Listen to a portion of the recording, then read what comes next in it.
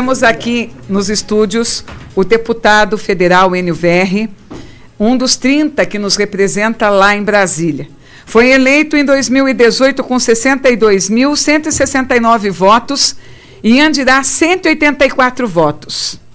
E está aqui fazendo um trabalho, fazendo uma visita e vai conversar conosco. Que satisfação! Muito obrigado pela presença. Boa tarde, deputado. Boa tarde, ouvintes. Eu que agradeço, é um prazer estar aqui sendo recebido por você, Virginia. Então eu estou gostando, hein? Olha, eu quero, antes de tudo, agradecer aqui aos ouvintes, também anunciar aqui que estou acompanhado do Luiz Carlos, que me representa aqui também em Andirá. Está bem representado, hein? Partido dos Trabalhadores. Pedro Teixeira, de Cambará, que você já ouviu falar dele também? Quantas vezes fomos para Curitiba, hein, Pedro? Nossa, e também, se você me permite, aproveitar a oportunidade que eu estou rodando todo o Norte Expaneiro para agradecer os votos. Afinal de contas, eu tive um bom número de votos aqui na região e agora é hora de voltar para agradecer a população, agradecer por ter permitido que eu continuasse em Brasília e, principalmente, esclarecer dúvidas, principalmente sobre a reforma da Previdência, que é a pauta do momento, né? E sobre qualquer outra questão que envolva os debates que estão ocorrendo em Brasília nesse momento. O Enio foi, posso chamá-lo assim, claro, né? Claro, foi deputado estadual. Eu fui deputado estadual 2 vezes, e deputado federal uma e reeleito agora. Portanto, estou no meu 4º mandato. Ocorre que no meu primeiro mandato de deputado estadual, eu me licenciei e fui secretário de Estado do Planejamento do governo Requião. Do Requião? Do Requião. Né? Então, isso foi no meu primeiro mandato. Depois, quando eu voltei, depois do encerro, eu me reelegi deputado estadual. Aí, os 4 anos seguintes, eu ocupei dentro da Assembleia o cargo de líder da oposição ao governo Beto Richa. E depois, então, isso me permitiu ser eleito deputado federal. As pessoas, quando a gente fala aqui no rádio, e as pessoas têm assim, quando trago uma notícia, o Beto Richa foi preso, eu encontro muitos ouvintes que dizem assim, parece que você sente gosto. Não que a gente sente gosto, mas foi contra tudo aquilo que a gente luta e trabalha durante uma vida toda, de profissional da educação que eu sou, e me capacito muito para isso. E aí, o que a gente vê? Vê que vem governo e sai governo, e a gente tem agora um dilema até com esse novo governo que nós estamos tendo aí, o Ratinho Júnior, questão de salários. Nos preparamos para isso. Sim. E pedimos sempre que melhore a nossa condição para que a gente possa ter mais condições de estar estudando, se preparando e tal. Mas a reforma da Previdência traz um pouco de medo para nós trabalhadores. Ontem eu ouvi uma fala, e é bem isso que o povo imagina, e o deputado também concorda com isso, que nós estamos tendo uma previdência sendo organizada por rico e que vai afetar o pobre? Completamente. 2 coisas que você disse importantes. Primeiro, eu sou professor de economia da Universidade Estadual de Maringá, portanto sou servidor público também. E há 4 anos sem reajuste de salário. Imagine você que está nos ouvindo agora, se ficasse 4 anos sem reajuste. Esse é um primeiro aspecto. Para ser professor, nós temos que estudar e muito, inclusive pós-graduação e tudo mais, para depois ser desrespeitado. Por isso, Virginia, eu concordo com você. Nós não somos contra por ser contra, nós somos contra as injustiças que ocorrem. É importante deixar claro. Eu não sou contra nenhum tipo de governo, desde que ele cumpra aquilo que a Constituição exige que se cumpra. Sobre a reforma da Previdência, a verdade é que só o nome diz, Previdência. Quem usa Previdência é pobre. Pobre. Quem é que paga a Previdência? Quem ganha salário. Quem trabalha realmente. Quem trabalha e tem um vínculo empregatício, ou a carteira de trabalho, ou se é da agricultura familiar com a entrega da notinha do Fundo Rural, ou nós que somos professores, né, temos o nosso contrato com o governo do Estado, depois de ser aprovado em concurso, nós pagamos a Previdência.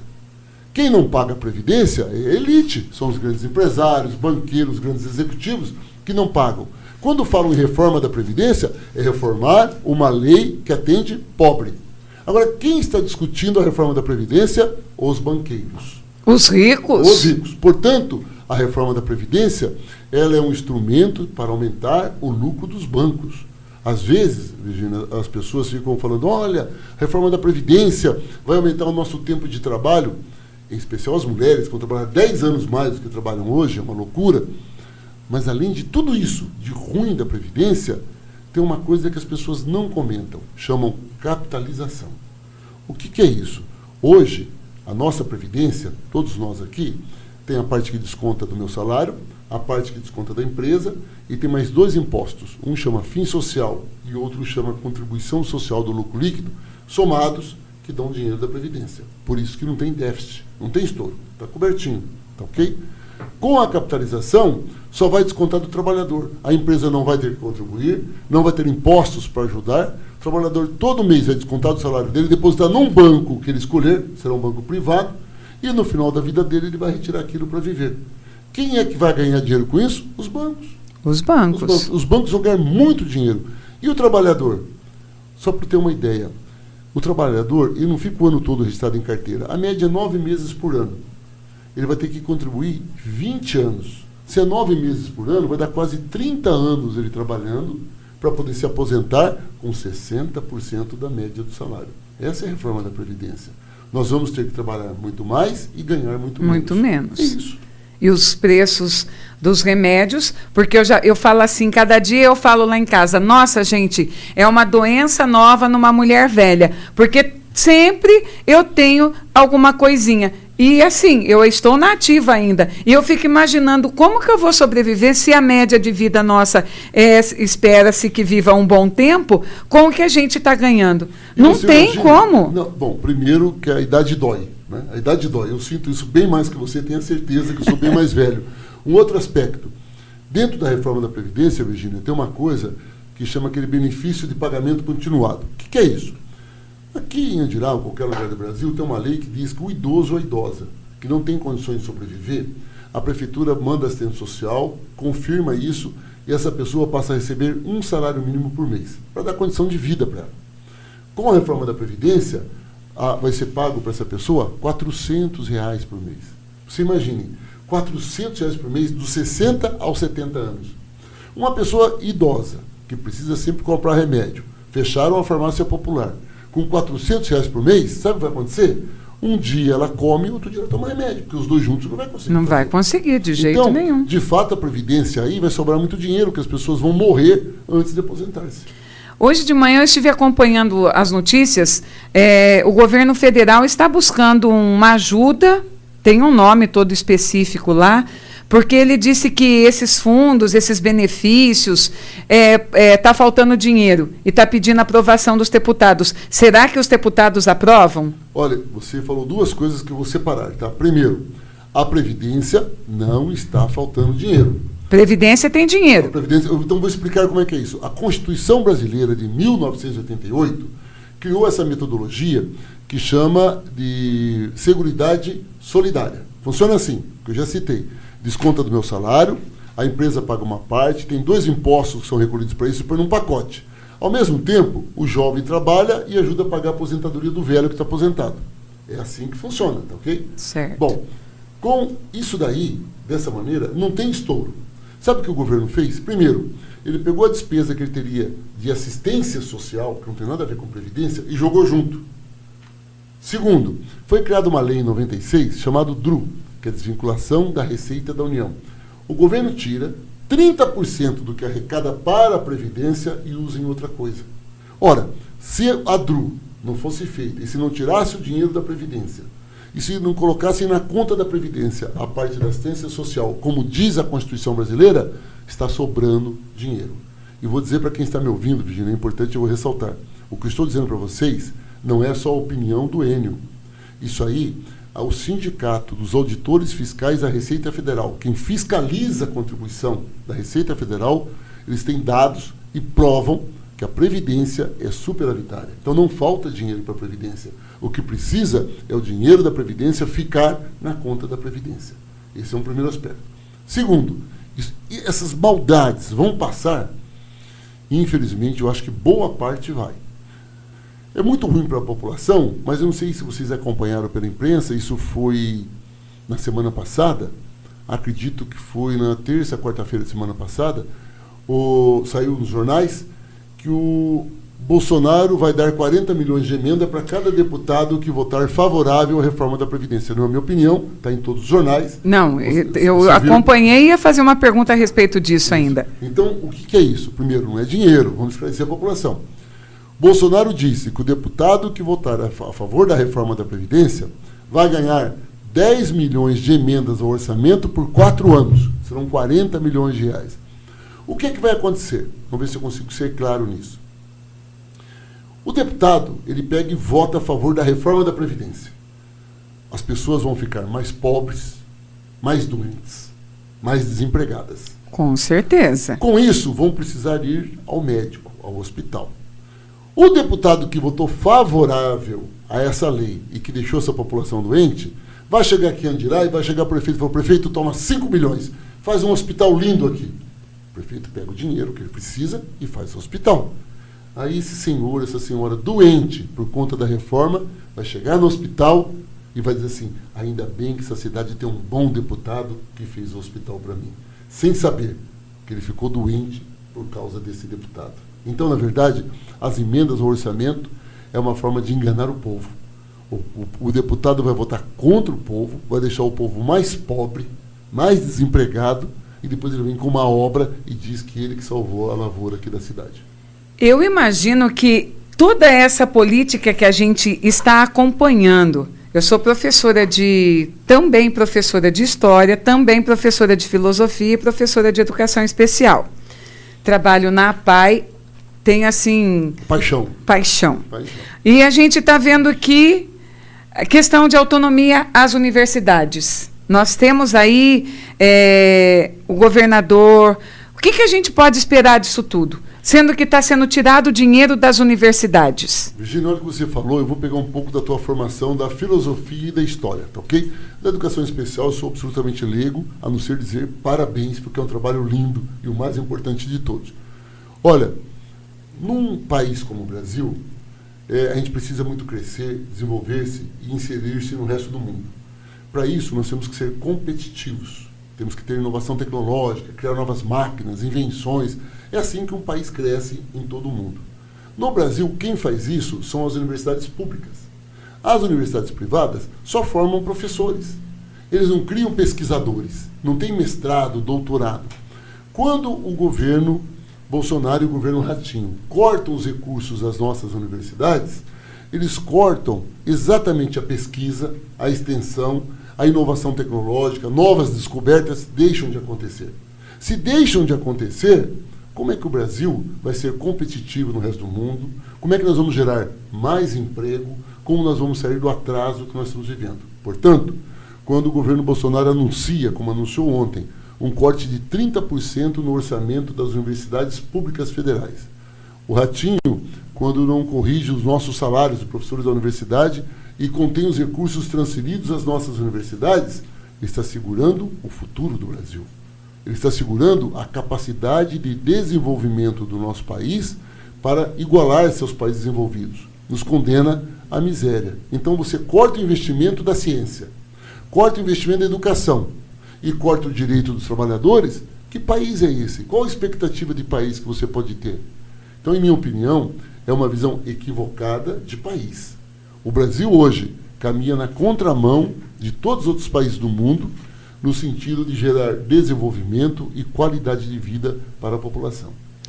Hoje, trabalhando e dando aula lá, eu estava conversando, olhando para os meus alunos do terceiro ano do ensino médio e disse para eles: aproveitem esse ano o máximo que vocês puderem conquistar em questão de Enem, de FIES, porque existe uma preocupação muito grande que a oportunidade do pobre na universidade vai diminuir cada vez mais. Claro, mas você falou do FIES. Como era o FIES antes e como é o FIES agora? O FIES agora é um produto de banco. Hoje, mudou muito com o governo Temer. O FIES criado no governo do Lula e da Dilma era aquele financiamento que o governo subsidiava. Você fazia lá, a universidade privada fazia o contrato com você e ela recebia, tanto o FIES como o ProUni, era um acordo do governo, da União, com a universidade privada, tanto o FIES como o ProUni. Agora, isso não passa mais pela União, passa pelo banco privado. É um produto como um empréstimo, como financiamento que você faz no banco. Consequentemente, muito mais caro, e se você não pagar, você pode, sei lá, perder até a sua casa. Então, na verdade, concordo com você, esse modelo que nós tivemos de motivar nossa juventude a fazer universidade, aquelas cenas lindas que nós vimos de filho de pedreiro sendo médico, né? Aquela moça que era filha de uma doméstica, terminando o direito, engenharia. Já vimos isso centenas de vezes, tenho certeza que aqui em Andirá também vimos isso, em Cambará, que é emocionante, e você olha uma cena como essa e você fala, o Brasil tem futuro. O Brasil tem futuro. Ao cortar isso, você olha e pergunta, que futuro tem o Brasil se a nossa juventude não tem acesso nem ao conhecimento? Então, o que você disse aos estudantes é verdade. O governo está cortando tudo, está congelando tudo. E ao congelar investimentos naquilo que a gente chama de visão de futuro, compromete totalmente. Vou te dar um exemplo. O Paulo Guedes, que é o ministro da Economia, anunciou na imprensa essa semana que a semana que vem vai mandar um projeto de emenda à Constituição brasileira, quer dizer, vai mudar a Constituição, para acabar com os mínimos constitucionais. Deixa eu traduzir o que é isso. Na lei, o município tem que gastar no mínimo 15% em saúde e no mínimo 25% em educação. E educação. É claro que o município gasta muito mais do que isso em saúde. Gasta 23%, 24%, porque é difícil. E saúde, uns 28%. Se não precisar mais exigir isso, e cabe ao prefeito escolher onde ele vai gastar, na saúde, até acho que o prefeito vai continuar gastando. Viu, Luiz Carlos? Na saúde. Mas na educação, o prefeito vai falar, peraí, eu vou ficar aqui 4 anos, no máximo 8. A educação, se eu gastar pouquinho, vão descobrir que a educação foi ruim, não deu certo, daqui 10 anos. O que eu vou fazer? Eu vou trazer umas bandas sertanejas para cá, vou fazer asfalto, vou pintar a praça, vou fazer umas festas, o povo vai gostar, vai me reeleger. E eu uso o dinheiro da educação para fazer isso. Pronto. Há prefeitos que pensem isso. Infelizmente, não são todos. Espero que a maioria não pense, mas há quem pense isso. E aí, você deixa de investir na educação, vai investir em enganação, né? em shows, a população vai adorar o político que fez isso, vai votar nesse político, e no conjunto, ao longo do tempo, o país está condenado à miséria, ao desconhecimento e ao subdesenvolvimento. Esses são os projetos que estamos vivendo hoje lá em Brasília. Estamos recebendo a presença do deputado federal Enio Verri, e dia 29 foi dia de luta, mais uma vez, dos servidores públicos do Paraná. Quando nós tivemos o resultado, a PP de 10 mil pessoas, Polícia Militar de 7 mil pessoas, um grande número de pessoas, o vice-governador recebeu lá as representantes do sindicato, e ele disse assim, vamos conversar, nós não temos assim a possibilidade, de repente, de arcar com os 17% de defasagem, mas desse ano, database 4%, houve, assim, um alívio no servidor, nas escolas. Nossa, a gente pode ter 4% e tal. Aí, quando foi ontem, nós vimos que, um pouco antes, dia 16 ou dia 18, o governador encaminha para a Assembleia que pode fazer um congelamento total disso tudo. Então, como que o Enio Verri está vendo aí em relação ao Ratinho, ao governador e ao servidor público? Olha, eu conheço muito bem o deputado Ratinho, fui deputado junto com ele, tenho o maior respeito, claro que não votei nele, eu tive meu candidato do meu partido, tenho o maior respeito por ele. E digo que, infelizmente, o governador Ratinho está sendo coerente com a sua campanha. O discurso do então candidato Ratinho Júnior era um discurso que trabalhava muito com a lógica empresarial, não sei se você percebeu isso, Virginia, era bem empresarial. Ele falava muito em menos Estado, em mais competitivo. Para se ter uma ideia, para nós professores, como o Ratinho tem a lógica empresarial, olhe o currículo do secretário estadual de Educação. Que não é paranaense. Não é paranaense, que, aliás, é o mesmo currículo do ministro da Educação. Ele é formado em Economia e tem mestrado em Administração, ou vice-versa. Ele não é um professor da rede estadual, ele não sabe os problemas do professor. Ele está lá para economizar e melhorar a gestão. Claro que cabe ao executivo cuidar da gestão, mas a educação não se trabalha com a lógica da gestão, trabalha com a questão da qualidade do ensino, da capacidade de ter uma visão crítica desse aluno, desse cidadão ou cidadã. Nesse sentido, esse anúncio que ele fez agora, que foi para a Assembleia, que congela ascensão de carreira, congela qualquer tipo de progressão, tudo isso é a cara daquilo que ele defendeu. Eu confesso a você que, embora não me surpreenda, eu estou decepcionado com o que ele está fazendo, porque isso é um grande retrocesso para o estado do Paraná. Lembre-se, o Paraná é um estado que sempre teve bons números na educação. Os professores nossos são muito qualificados, muito respeitados no Brasil. Tanto os professores da rede estadual de ensino, como os professores da rede universitária, têm contribuído muito para o desenvolvimento do estado. E ao ele mandar esse pacote, que congela qualquer possibilidade de negociação, ele contribui para que os professores procurem outras profissões, que caia a qualidade do ensino, que o professor sinta-se desmotivado, e quem perde é o conjunto da sociedade brasileira. Eu também, como você, quando o vice-governador Piana, que é uma pessoa muito séria, atendeu os representantes das categorias, da nossa categoria, eu também queria uma expectativa muito otimista. Eu até concordo que o orçamento do Paraná hoje não permite que se pague de uma vez nossos 17%.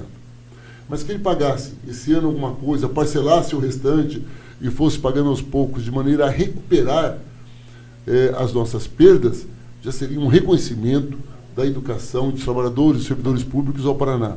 Ao receber, criar uma expectativa e depois ter aquele projeto ali, mostra que, de fato, ele nos enrolou. E isso é uma pena. Eu espero que ele faça autocrítica, espero que o governador Ratinho Júnior, como seu nosso vice-governador Piana, faça também autocrítica e perceba da importância da educação. E se me permite, Virgínia, um detalhe.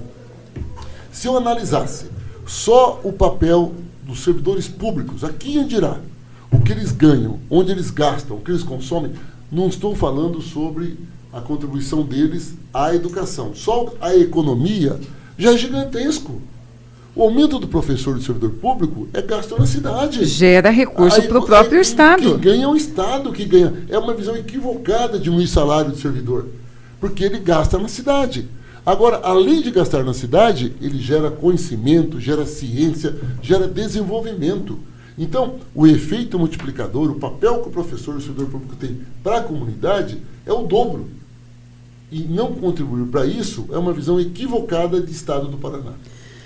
O deputado, eles estão dando sinal para mim que ele tem que ir embora, mas eu tenho que fazer mais uma pergunta, que quando eu disse assim, vem o deputado federal e eu vou estar falando com ele, as pessoas falaram assim, existe uma preocupação realmente do governo federal em estar atendendo, de repente foge até da área, mas em relação ao caminhoneiro autônomo, existe uma preocupação lá no governo, em Brasília, em relação a uma nova greve de caminhoneiro? Existe porque o governo tem medo. Isso é uma coisa importante. Os caminhoneiros conquistaram respeito no país depois daquela paralisação. Até porque, infelizmente, precisou ocorrer a paralisação para se ver a importância que eles têm para a economia brasileira. Então, existe a preocupação. O ministro Onyx, que é o ministro-chefe da Casa Civil, demonstrou isso quando, olha só o que eles fizeram. Todo aumento do diesel agora é repassado ao preço da tabela do frete. Consequentemente, toda vez que sobe o diesel, sobe o frete do caminhoneiro. Então, teoricamente, ficou legal. Vamos falar na prática? Vamos. Quem é que respeita a tabela de frete? O problema é esse. Como tem uma crise econômica gigantesca no Brasil, como nós não estamos exportando mais soja como estávamos exportando, porque por conta da briga do Bolsonaro com a China está comprando mais soja dos Estados Unidos, não está comprando o nosso, os caminhões estão muito parados. Não é só aqui em Andirá, mas em todo o país os caminhões estão parados. Como estão parados, eles não ligam para a tabela do frete. Eles estão pegando frete a qualquer preço. Com isso, estão trabalhando de graça, ou pior, pagando para trabalhar. Pagando para trabalhar. Por isso, eu acho que o governo Bolsonaro peca. Porque se ele não achar uma saída urgente e equilibrada, pode de novo ter uma grande greve e uma greve que custará muito caro ao conjunto da população brasileira. É a última para encerrar. É um prazer. Eu não sou PT, não fui PT, e não vou falar que agora, assim, dentro de tudo do acontecido que a gente vem acompanhando e tal. Mas, assim, eu sou brasileira. Claro. E eu espero que esse novo governo, ele faça prevalecer um crescimento no país. É um país rico, com tantas e tantas possibilidades. Você lá em Brasília, tem como mostrar alguma coisa efetiva feita pela equipe desse novo presidente que favoreça o Brasil até agora? Já estamos há mais de 120 dias? Sem dúvida. Não, ainda não. Ainda não. Eu quero deixar claro o seguinte, ninguém quer que o Brasil vá mal. Qual o interesse que eu tenho como brasileiro, como professor, como pai, avô, como deputado, que o Brasil vá mal? Pelo contrário. Mas como que funciona numa democracia? Quando a população não elegeu o meu candidato a presidente da República, que tinha um projeto de sociedade diferente desse, a sociedade me diz o seguinte: Enio, eu vou votar no Bolsonaro porque eu acho que o programa de governo dele é melhor e vou votar em você para ser oposição. Ser oposição não é ficar xingando e gritando lá, essa coisa feia que a gente vê na televisão. Ser oposição é todo o projeto que chegar, ler, discutir, e se tiver coisas ruins, como é a reforma da Previdência, necessariamente votar contra. Esse é o aspecto que nós temos que ver. Até agora, eu ficaria aqui, embora o Luiz Carlos está me cobrando para ir embora, Virginia, eu ficaria com você 1 hora explicando para você cada projeto que chegou na Câmara e minhas divergências dele. Eu discuto projetos. Eu não sou contra por ser contra, até porque não temos mais idade para isso. A gente passou essa idade de ficar de biquinho com as pessoas.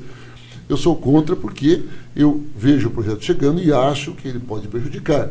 Uma novidade que pode ser boa foi anunciado ontem pelo Ministério da Economia, que vai tirar muita burocracia das micro e pequenas empresas. Foi anunciado ontem, eu li de forma muito rápida, achei 3 ou 4 coisas ruins, mas são 20.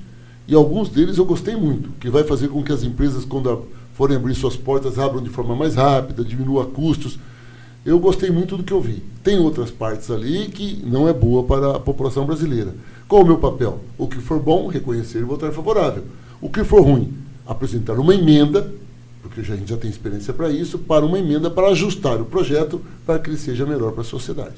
Quero agradecer a presença, espero que venham mais vezes e pode ter certeza que quando tem algum tipo de votação, eu estou lá acompanhando voto por voto dos 30 deputados aqui do estado do Paraná.